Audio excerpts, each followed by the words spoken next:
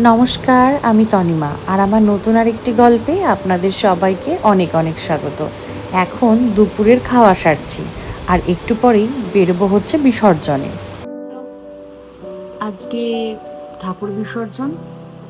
আমার বোন আমাকে ফার্স্টে বলেছিল যে 7টার সময় হবে। এখন ফোন করে বললো 15 মিনিটের মধ্যে আসতে, এবং একটা বাজে জামা পরে তাড়াতাড়ি রেডি হয়ে আসতে, কারণ সিঁদুর খেলা হবে। তো আমি তাড়াতাড়ি তাড়াতাড়ি করে রেডি হচ্ছি। তো আমি একেবারে বেরিয়ে কথা বলছি। তাড়াতাড়ি করে বেরিয়ে পড়লাম।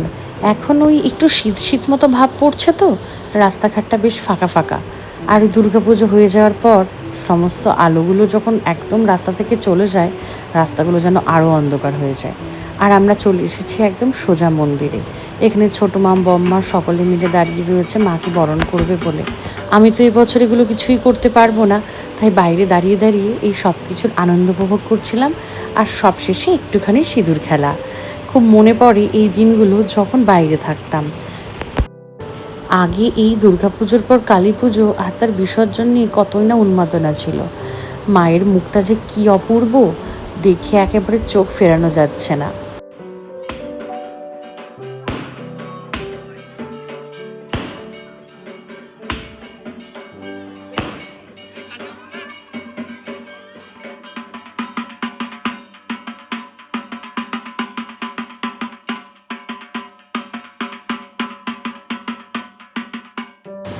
দেখেছেন সকলে মিলে কীরকম আনন্দে মেতে উঠেছে বিসর্জনে।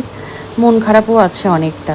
আবার 1 বছরের অপেক্ষা। বাড়ির পুজো জানেনই তো কতটা আনন্দ, কতটা মজা, এবং পরিবারের প্রত্যেকটা মানুষের সাথে দেখা হওয়া থাকে। দূর দূরান্ত থেকে মানুষ ছুটে আসে এই পুজোর টানে। তাও তো এখন দিয়াদের বাড়িতে অনেকেই আসতে পারেন না অসুস্থতার কারণে।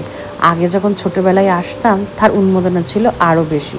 যাই হোক, চলুন আজকের মতো বিদায়। দেখা হচ্ছে খুব তাড়াতাড়ি নতুন আরও একটি ব্লগে।